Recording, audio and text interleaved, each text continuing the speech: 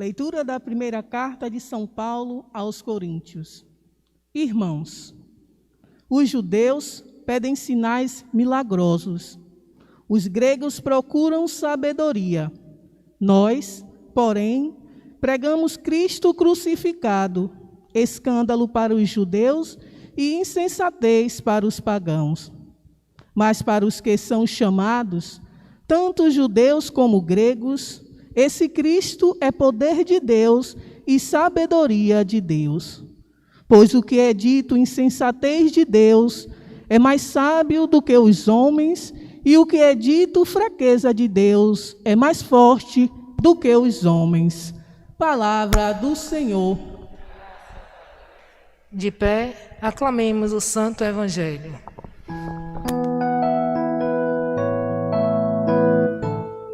Louvor e glória a ti, Senhor, Cristo, palavra de Deus, Cristo, palavra de Deus. Louvor e glória a ti, Senhor, Cristo, palavra de Deus, Cristo, palavra de Deus. Tanto Deus amou o mundo que Ele deu seu Filho único. Todo aquele que crê nele há de ter a vida eterna.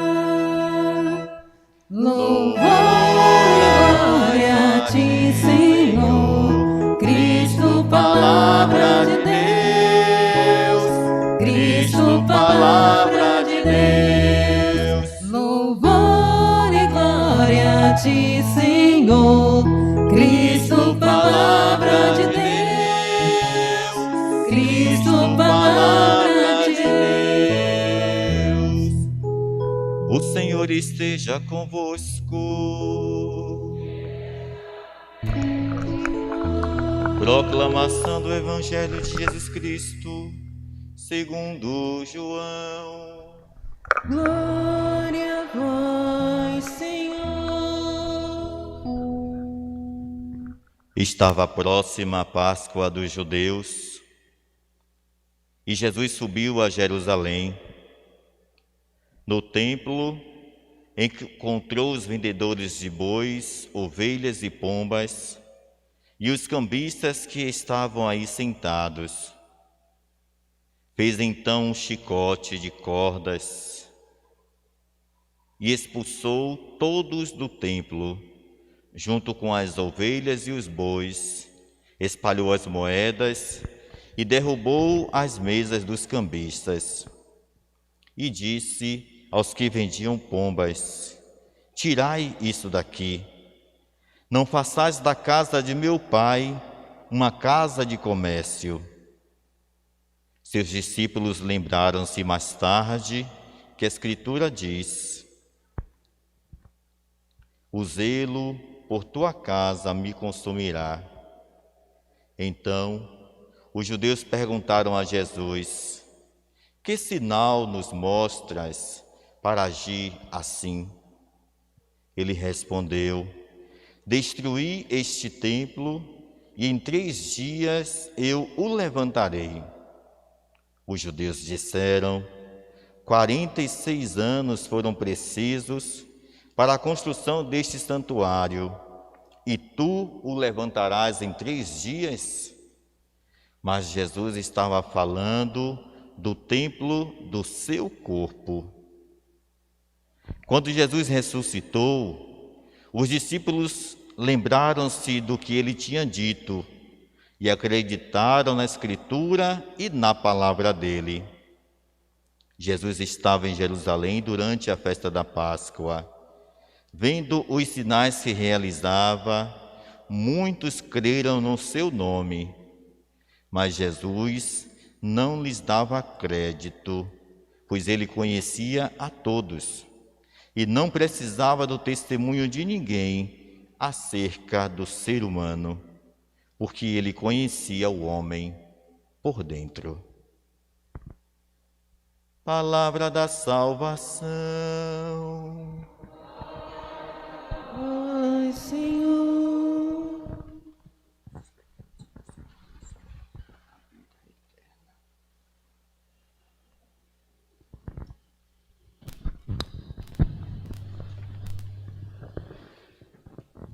Meus amados irmãos e minhas amadas irmãs, neste terceiro domingo da Quaresma, tempo que o Senhor nos convida, através de sua santa palavra, para uma radical mudança de vida e de busca de santidade, a liturgia nos propõe, na primeira leitura, o Decálogo, ou seja, os 10 mandamentos que Deus deu a Moisés no alto da montanha sagrada para guiar e iluminar a vida do povo eleito num caminho de perfeição.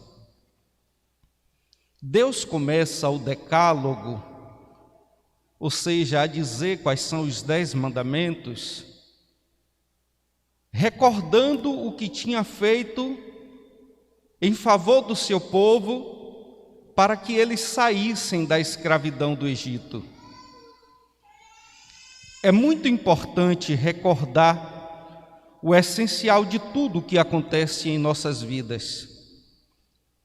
A lembrança dos acontecimentos nos capacitam a analisar com clareza e de compreensão as coisas do passado, discernir com sabedoria as coisas do presente e projetar com inteligência as coisas que estão por vir.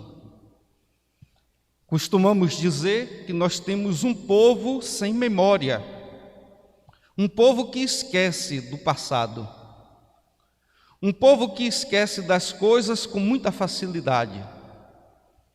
Talvez seja por isso que muitas vezes não sabe o rumo certo que deve tomar. Recordar as coisas importantes do nosso passado, recordar as coisas que acontecem em nossa vida e marca a história, nos ajuda a viver bem o presente.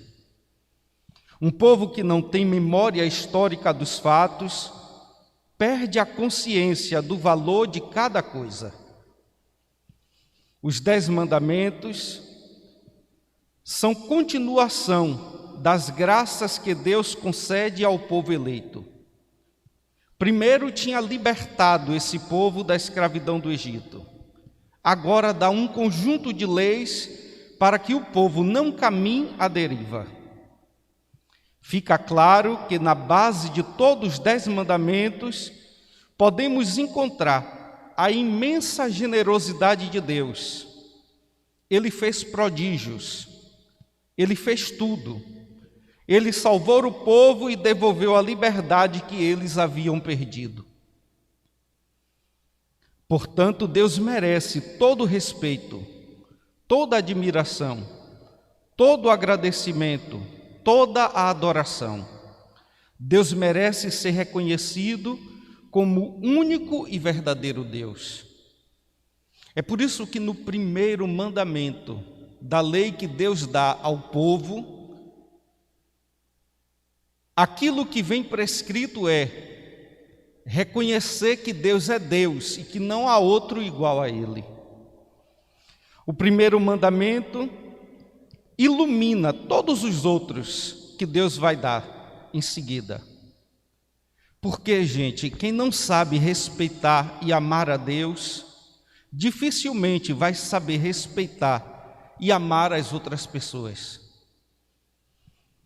O primeiro mandamento, não terás outro Deus além de mim, vem justamente sedimentar no coração da humanidade a santidade de Deus, a grandeza do seu poder e a imensidão de seu amor pela humanidade. Se não existe outro Deus mais poderoso do que o Deus de Israel, a primeira ofensa àquele que salvou e libertou o povo seria procurar abrigo e salvação fora de Deus. É por isso que, nas horas do aperto, a gente nunca deve recorrer a outros meios, porque é uma ofensa gravíssima a Deus. Se nas horas das dificuldades a gente deixa de recorrer a Deus para ir procurar outras coisas, é como se a gente dissesse a Deus que poder Ele não tem, que Ele não pode sanar os problemas de nossas vidas. e que outras coisas podem mais do que ele. Acredito que não possa haver ofensa maior que esta. Confiar em outras coisas ou pessoas, achando que elas podem salvar mais do que Deus, é uma grande ofensa ao Todo-Poderoso, porque é a demonstração concreta da falta de fé. É desqualificar o Altíssimo, é o mesmo que dizer, eles podem mais do que você. Não farás para ti imagens esculpidas, nem figuras algumas do que existe em cima nos céus ou embaixo na terra, ou do que existe nas águas debaixo da terra. Não te prostrarás diante desses deuses, nem lhes prestará culto, pois eu sou o Senhor teu Deus. É a continuação do primeiro mandamento que Deus prescreve. Nada pode ocupar o lugar de Deus em nossas vidas. Eu gostaria de chamar a atenção dos católicos e, porventura, dos não católicos que estejam me ouvindo nesse momento, para esse particular que existe nos 10 mandamentos. Não façais imagens daquilo que existe no céu, daquilo que existe na terra ou daquilo que existe na água. Geralmente somos acusados pelos protestantes de transgredir este mandamento da lei de Deus.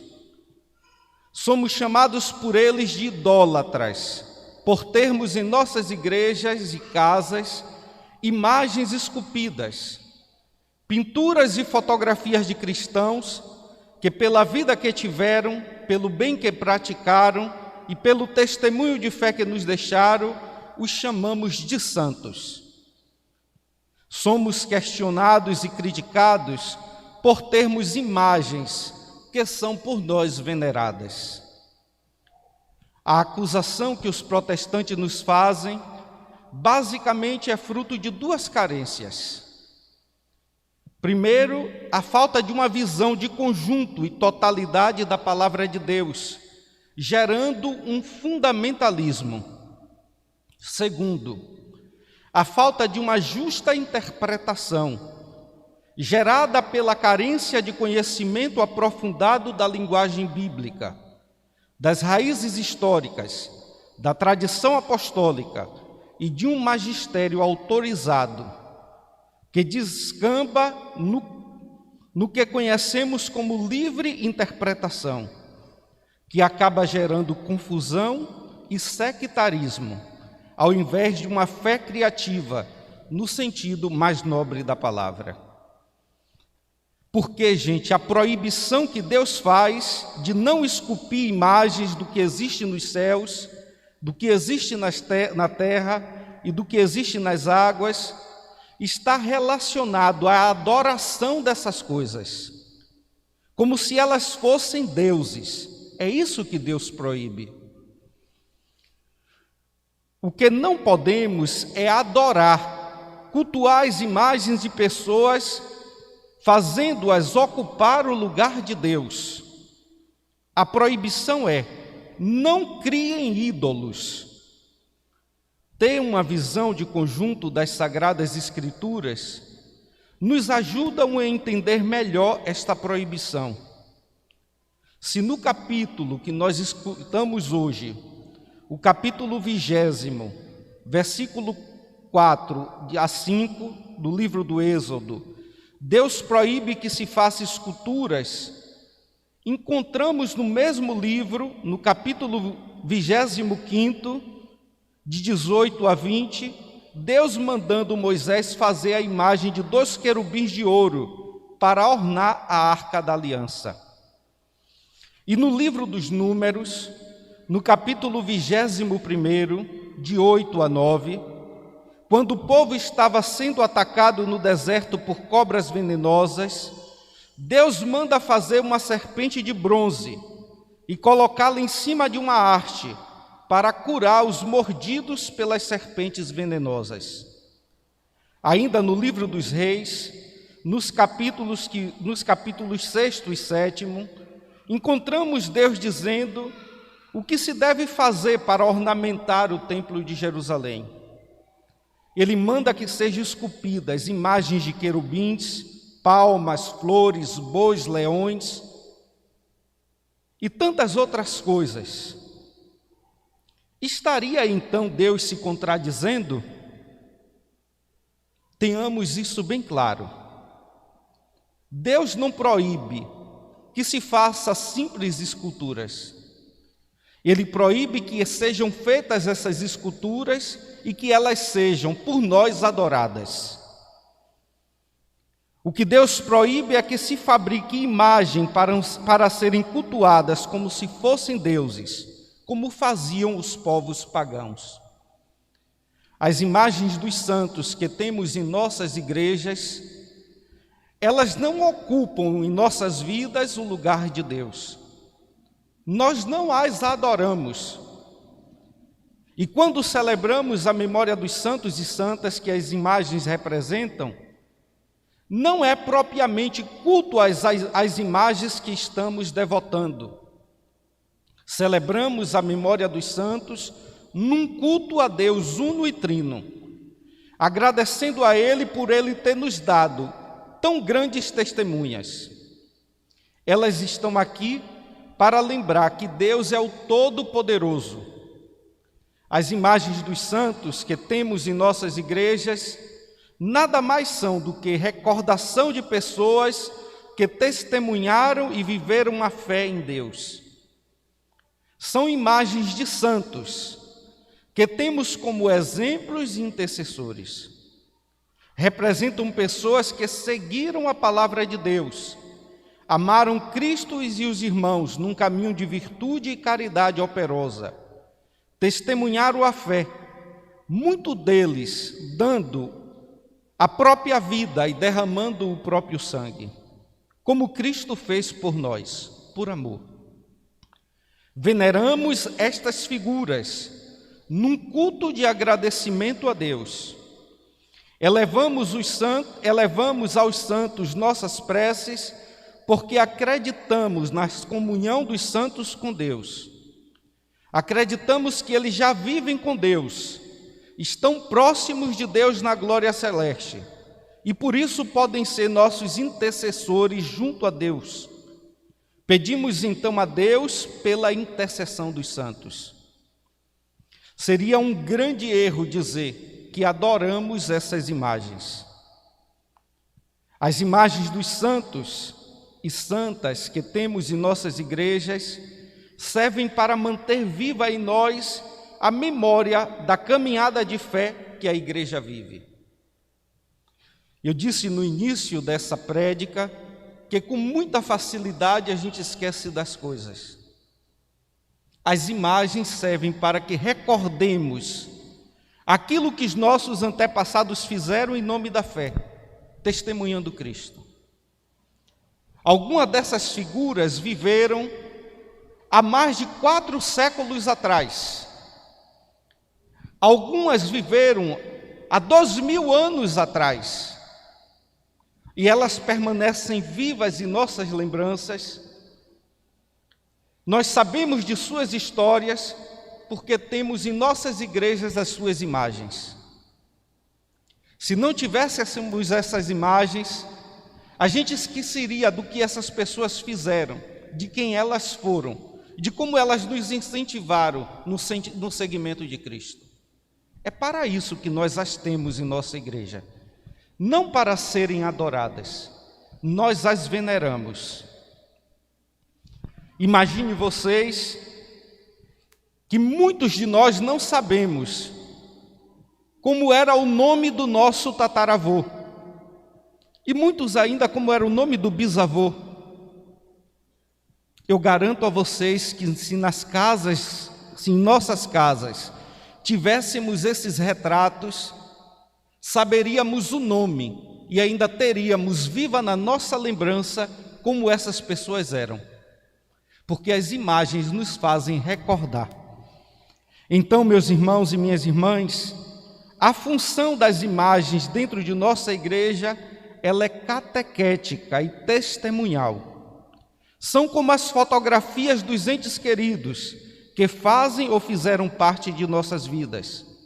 São como livros abertos que nos relatam a força e a onipotência de Deus, do Deus que faz do fraco forte, do pobre rico, do ignorante sábio. As fotografias ajudam a nossa recordação, imortaliza na nossa memória pessoas e fatos. Existe uma diferença enorme entre venerar e adorar. Adoramos Deus que é Pai, Filho e Espírito Santo. Veneramos os santos de Deus. E se por acaso ouvirmos alguém dizer que santo é somente Deus, tenhamos a certeza que estamos diante de alguém que pouco conhece sobre Deus, sobre sua bondade e sobre sua misericórdia. Pois Deus nos concede participar de sua santidade.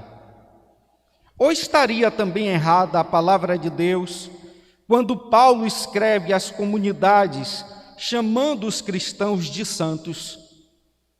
E ainda melhor, estaria Jesus Cristo errado quando ensinou aos seus seguidores, dizendo: sede santos, como o vosso Pai Celeste é santo? A santidade é e deve ser a vocação de todo cristão. Se o cristão não almeja ser santo, é melhor pedir a Deus que retire o seu nome do livro da vida. Não criar ídolos, colocando-os no lugar de Deus, esse é o nosso dever. Essa é a proibição primeira dos mandamentos da lei de Deus. Atentos, criar um ídolo não se resume apenas em esculpir imagens. Podemos criar ídolos fabricando-os em nossas cabeças e em nossos corações. Atualmente, o dinheiro e as leis do mercado são os maiores ídolos que existem em nosso meio. E se não estivermos atentos, com muita facilidade nós os adoramos. No Evangelho de hoje, Jesus se apresenta para nós não como estamos acostumados a vê-lo, afetuoso, carinhoso, calmo, acolhedor.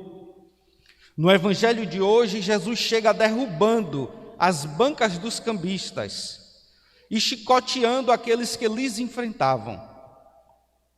Chega irritado e justifica a sua ação dizendo: não façam da casa de meu pai um lugar de comércio, denunciando assim a idolatria que ali estava estabelecida. O templo, que deveria ser por excelência o lugar do encontro das pessoas com Deus, passou a ser lugar de interesses pessoais, lugar de comércio. Com esse ensinamento de Jesus, tanto temos a aprender. Como esse ensinamento de Jesus é atual para todos nós. Infelizmente, muitas vezes, estamos mais preocupados com a procura do dinheiro e do poder que pela procura da justiça, da paz e do amor. Muitas vezes procuramos mais os nossos interesses que a Deus. Jesus nos pede que não tenhamos nenhum tipo de ídolo. E nós, durante esse tempo de Quaresma, devemos examinar as nossas consciências para verificarmos se na nossa vida temos algum tipo de ídolo. Ou seja, algo que nos impeça de sermos totalmente voltados para Deus. Algo que ocupe em nossa vida o lugar que deveria ser de Deus. Fomos feitos para estarmos em plena sintonia com Deus. E vimos na primeira leitura que os mandamentos são indicações precisas para que essa sintonia se estabeleça. A comunhão com Deus e o estar em sintonia com o seu amor são as coisas mais importantes da nossa vida. Essa comunhão com Deus, Jesus manifesta no Evangelho de hoje, quando diz: o zelo pela tua casa me consome. É dessa forma que ele manifesta a sua intimidade com Deus, zelando pela casa do Senhor. Eu encontrei na tradução latina desse texto a palavra me devora. Então a palavra de Jesus na tradução latina seria: o zelo pela tua casa me devora. Se a Quaresma nos convida a um profundo exame de consciência motivado pela palavra divina, será que eu me preocupo com as coisas da casa de Deus? Eu me preocupo com as coisas da igreja? O zelo pela casa de Deus me consome, me devora? Nessa pergunta, minha gente, cabem tantas outras. Como eu participo da vida da igreja? Sou fiel no meu dízimo? Ou melhor, sou dizimista? Porque o dízimo é manifestação do meu amor para com Deus. Eu ajudo na manutenção da casa de Deus e zelo por ela? Será que eu sei o que é que falta na casa de Deus para que funcione bem? Será que eu sei quais são as dificuldades que se atravessam na comunidade onde eu vivo? Jesus, ele chega irritado no templo, porque vê que as pessoas estão ali preocupadas com outras coisas que não são essenciais. E isso também é idolatria. Ele vai dizer: o zelo pela tua casa me consome. Eu digo a vocês, a falta de responsabilidade e zelo de muitos cristãos para com a casa de Deus faz com que esse lugar sagrado vire lugar de comércio. Se cada um zelasse por essa casa, nela nunca se precisaria vender rifas, promover eventos, vender isso e aquilo para dignificar a casa de Deus como simplesmente casas de oração. Dizer isso para mim é uma tristeza, porque infelizmente somos obrigados a procurar esses recursos, porque muitos cruzam as mãos e não assumem o seu compromisso de zelador pela casa de Deus. Os judeus, diante da irritação de Jesus, pedem explicações a ele. Com que autoridade você derruba tudo? Jesus responde com uma frase misteriosa. Ele diz: destruam este templo e em 3 dias eu o levantarei. Os judeus não compreendem a fala de Jesus, porque são fundamentalistas. Matam a palavra, vendo nela somente aquilo que eles querem ver. Jesus estava falando de coisas mais profundas, não do templo de pedra, que levou 46 anos para ser construído, mas falava do seu próprio corpo. Às vezes nós também, quando falamos da igreja, a reduzimos somente ao templo de pedra e à sua hierarquia. Geralmente falamos da igreja em terceira pessoa e esquecemos que a igreja é o corpo místico de Cristo, que a igreja somos nós, todos os batizados. Desprezar a igreja é desvirtuar a sua função, é atacar o próprio Cristo. É desvirtuar e atacar a nós mesmos. Jesus falava do santuário que era o seu próprio corpo, referindo-se ao seu mistério pascal. Essa predicação de Jesus sobre o mistério pascal será ampliada no seu processo de condenação e morte, o que nós escutaremos quando mais se aproximar a Semana Santa. O intento da palavra de hoje, contudo, é despertar nossa consciência acerca da nossa relação com Deus, o lugar que Ele ocupa em nossas vidas, como expressamos essa nossa relação, se deixamos nos consumir pelo zelo às coisas de Deus, e se estamos nessa quaresma mergulhando na essência do seu mistério pascal.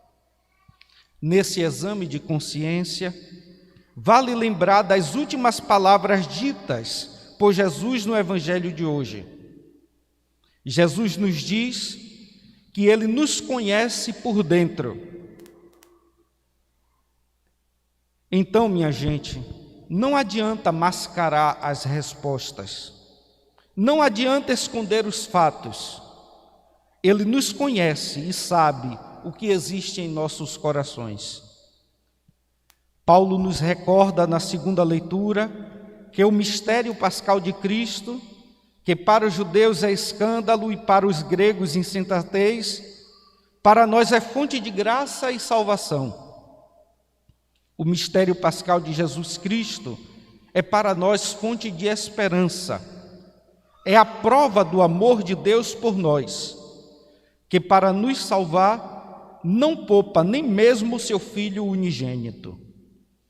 Por isso devemos amar a Deus com todo o nosso coração, com todas as nossas forças, com todo o nosso entendimento. Por isso devemos participar do mistério pascal de Cristo com a nossa vida.